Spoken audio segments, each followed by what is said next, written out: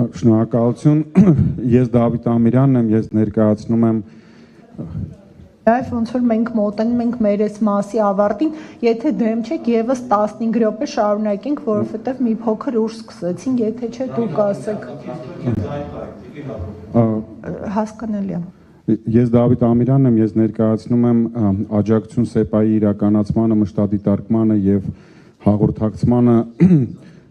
տեխնիկական աջակցման ծրագիրը, որը որ իրականացվում է, աջակցվում է Եվրոպական միության կողմից։ Ես հարց չունեմ, ես ուղղակի ուզում եմ առաջարկ անեմ, քանի որ մենք երկրորդ քննարկումն է, որտեղ այս հարցի շուրջ հայտնվում ենք։ Իրականում մենք քաղաքացիական հասարակությունը, կառավարությունը եւ ազգային ժողովը ինձ թվում է այդ ընդհանուր ՍԵՊԱ-ի իրականացման տեխնիկական փաստաթուղթա թե բովանդակային, իրականացումը տեխնիկական պիտի լինի թե բովանդակային, տարբեր ընկալումներ ունենք եւ այդ ընկալումները ինձ թվում է դրական չեն ազդում երկխոսության վրա եւ մեկը մյուսի ռեսուրսը օգտագործելու իշահ նրան, որ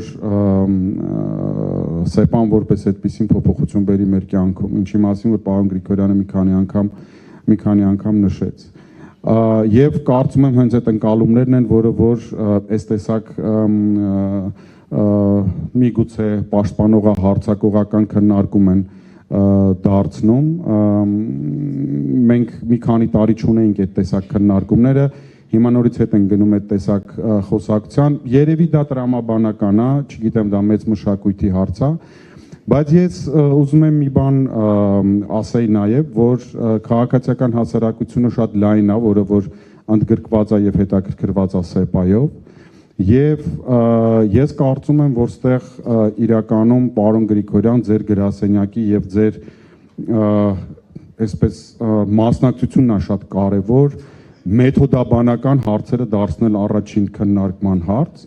ոչ միայն պլատֆորմը, բայց ընդհանրապես բոլոր նրանք, ովքեր հետաքրքրված են ՍԵՊԱ-ով եւ փորձել սկսել դրանից, ոնց ենք մենք հասկանում։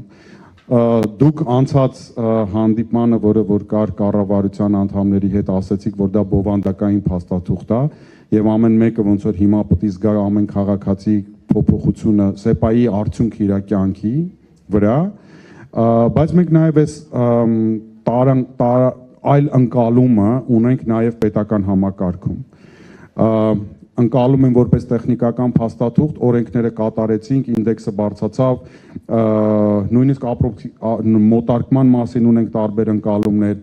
Սրանք օբյեկտիվ իրականություն են, սա որևիցե բացասական հարց չի, սա մի իրականություն է, որին որ պետք է առերեսվել, բայց դրա միակ լուծումը բոլոր հետաքրքրված կողմերի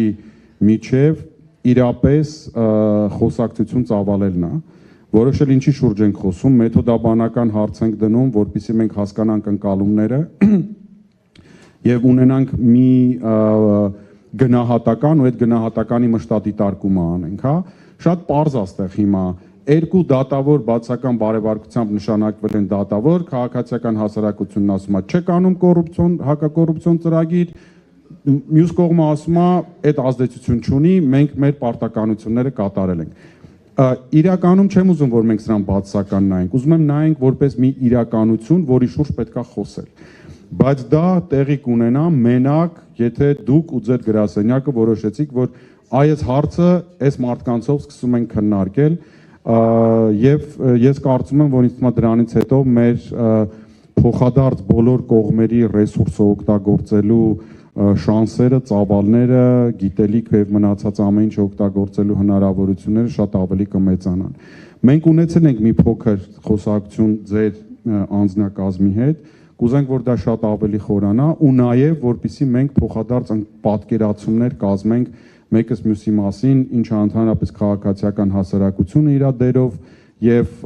առաքելությամբ, հա, եւ ինչ գործառույթներ ունի պետական ու ոնց որ դուք հիմա ասիք, ինչքան դժվար է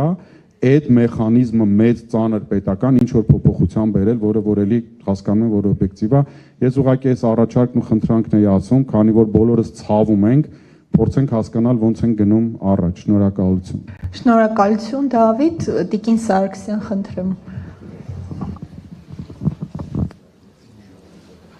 Շնորհակալություն, հարգելի գործընկերներ, նախ թույլ տվեք շնորհակալություն հայտնել հրավերի համար եւ ներկայացրած զեկույցի համար։ Ներքին գործերի նախարարության բնագավառին են վերաբերում երկու զեկույցները։